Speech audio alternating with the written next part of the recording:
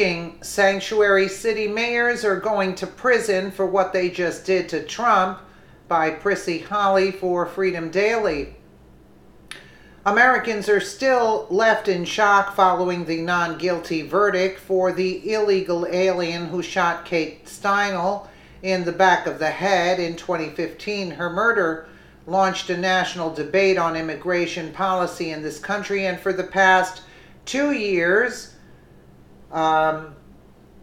we had hoped and waited for justice to finally be served, only to realize we live in a world where illegals can now shoot Americans in broad daylight and get away with it.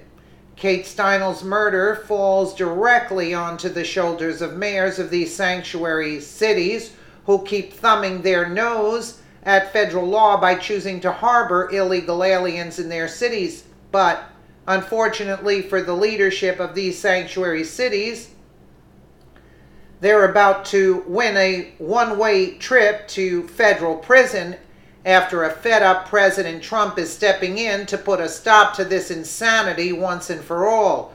According to breaking reports from Fox News, there's now a bill being introduced that would make these illegal mayors and governors pay dearly for their crimes, including huge fines and a 5-year prison sentence for any elected official accused of sheltering these illegal vermin from deportation.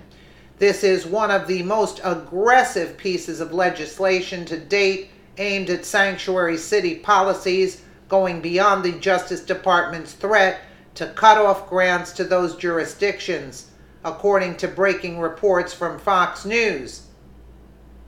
Politicians don't get to pick and choose what laws to comply with. Congressman Todd Rokita told Fox News Americans are dying because politicians sworn to uphold the law refuse to do so.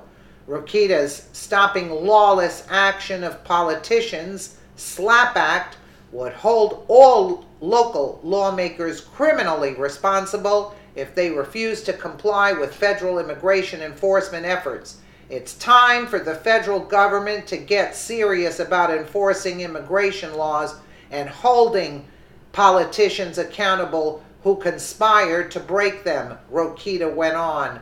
This crackdown comes on the heels of a highly disturbing story involving another illegal alien who was deported a startling 20 times, only to be let back into a city refusing to deport him. Sergio Jose Martinez was convicted of 10 counts of sexual assault in Oregon, where he'd raped and sodomized victims after kidnapping them. He was sentenced to 35 years in prison in a Portland courtroom on Monday, but these crimes could have easily been prevented had the sanctuary cities not existed to protect them. What's sickening is, as he was sentenced, Martinez smiled at the family, giving a grim parting shot at his 2 victims' relatives, saying, "See all you guys in hell." Wow.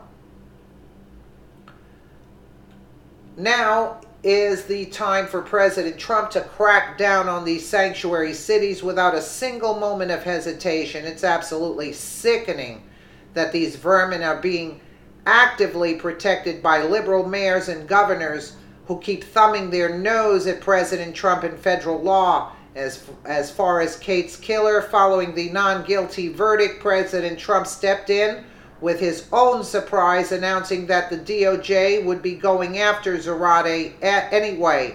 Attorney General Jeff Sessions did not specify exactly what charges Trump's DOJ will bring against Zarate, but put sanctuary cities across America on notice, insinuating that heads are about to roll for any other city that continues to harbor illegals and defy federal law.